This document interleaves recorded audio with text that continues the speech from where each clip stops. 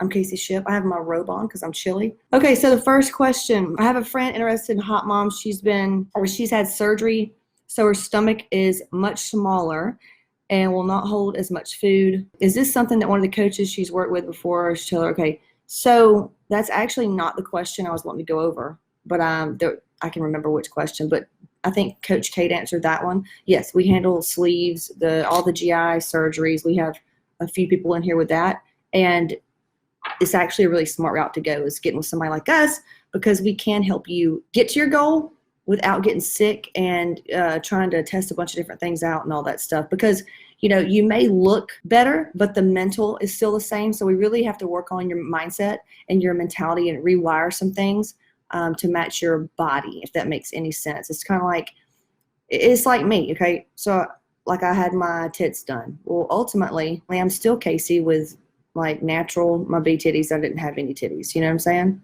What I'm saying is the sleeve and anything like the weight loss surgery, they're sometimes still the same girl or guy as they were before the surgery. They just look different. So we work on the mindset around it, okay? Next one was intermittent fasting. Was something for ladies her age. You know, it's probably best for ladies her age, older women. Somebody told her that was great. And no, it's not. So intermittent fasting, you know, I believe in all kinds of diets. I mean, I'm big on whatever it takes, right? I am. If you've ever worked with me or my coaches, we're big on whatever it takes. However, intermittent fasting, we specialize in hormones here. So intermittent fasting, to me, when I hear it, it's one or two things. A lot of times I hear it and I think eating disorder. So when I hear certain types of diets or intermittent fasting or keto, to me it means, all right, so we've got somebody here with a bad relationship with food. Because usually if you've ever known somebody that does all these types of dieting or diets or manipulating of whatever, they're always trying to do some kind of diet. They're always on some kind of thing, you know, and they're always on some kind of thing. And then when they're not, they're off the wagon and they feel like shit or maybe look like shit or add weight on. I don't know about you, but I don't have time to do that. I want to always look good. You know, give me a thumbs up if you always want to look and feel good. And so to do that, you have to find a diet that's very sustainable, that works with your lifestyle, and you can have everything that you want to eat. You're not missing out on anything. But at the end of the day, I went over this in another live. The intermittent fasting is people, I think, do it because they think that not eating is wonderful. They think eating less will make me skinny. False. That's how people get fat, is they think that eating less is better. Seriously, it's how your regulation of your thyroid, that's where it will just completely take a shit and your body will just start storing things as fat. So you have to eat.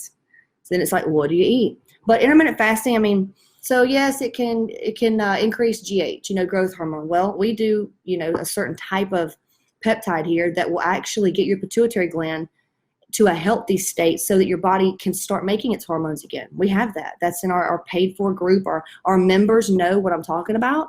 So why manipulate yourself and be miserable and all that when you could just get your body back healthy to its native state and you're good.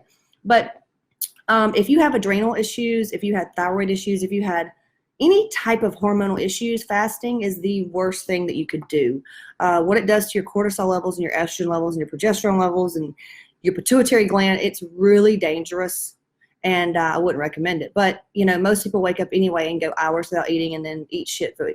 They do that anyway. But if you're wanting to, like, take your health up, if you want to level up, and especially right now energetically, it's a great time to do that.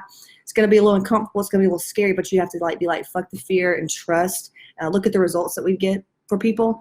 So intermittent fasting, no. If you're worried about your hormones, your age, well, we have all that too. That's all inside of the membership and what we teach, okay?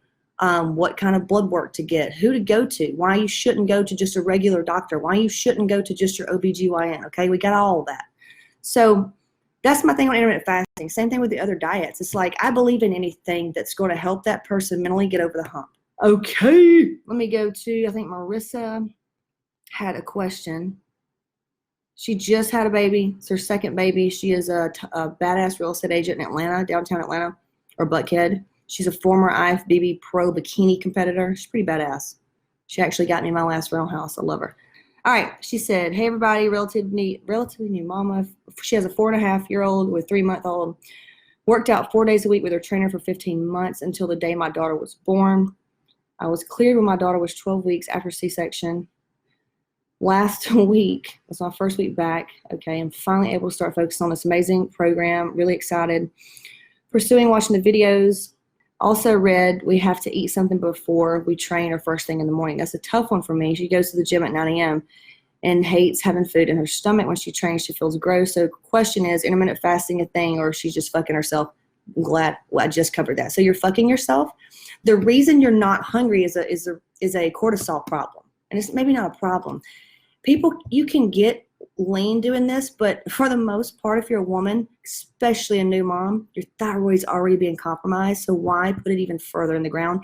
Then you're going to go train. You're probably taking caffeine, which is going to put your adrenal glands in even a worse place, and go work out and stress your nervous system, doing all kind of bitch work and high reps and all that, and go even further in the hole. Like you're robbing Peter to pay Paul.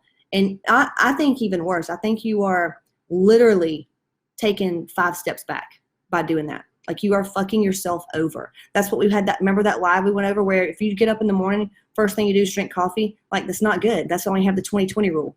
Y'all know what the 20-20 rule is. It's in the membership from whatever day it is, 20-20 rule. Or just waking up and just having 20 ounces of water by your bed, chugging that and then the coffee, you'll be better off actually than just having the coffee, right? So there's so many little things that maybe you thought you knew, but they're such a lie. If you can take out everything you thought you knew about fitness and health and just like go, wow, it's all false. It's like Santa Claus.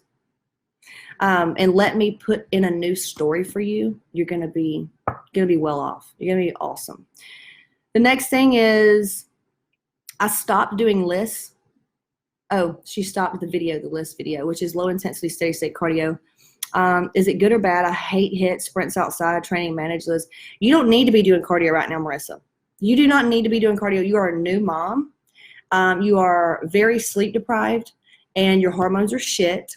And you are already doing more than probably what most women do. Because I know how she works. She does well. She's a real estate agent. Okay. I know she's already doing too much. So what you need to do is go get your hormones checked. You know what I'm saying? You know what to do. You already know who to go to. And then focus on that. Let's focus on sleep. Start doing the sleep. If you don't get the 7 hours of sleep, you just need to be doing like one main lift with your trainer, which is like if he has squats that day, then just do squats, but don't be trying to max out. You know, do a lot of stuff like that. Maybe deadlift, squats, and your bench press, or pull-ups, and just do one exercise a day. 3 days a week is all you need. Trust me, less is more. When you've just had a baby like that, less is more, and focus on as much as you can, meditation and awareness and journaling and stuff like that, so you don't have anything on the inside. Lots of resentment can come up during this time with the baby, with the hubby, you know, making sure your mental state's good. And then the days you're not lifting, I say do a type of stretch, yoga. You do the yoga that's inside the membership, and or stretching, foam roll, stuff like that. And just make the main thing be hormones and your food. Make sure you're getting enough to eat. Make sure you're getting enough to eat. Make sure you're getting enough to eat. And I'm talking like you need to be starting at, I don't know, 1,800 calories, 2,000 calories. 2,000 calories needs to be like everybody's baseline to shoot for. And then work around that. 3 days a week, and then the other stuff, and then sleep. That's all you need to do is focus on sleep. And then after about 3 weeks of that, you can do maybe 2 exercises for those 3 days. After that, maybe 3.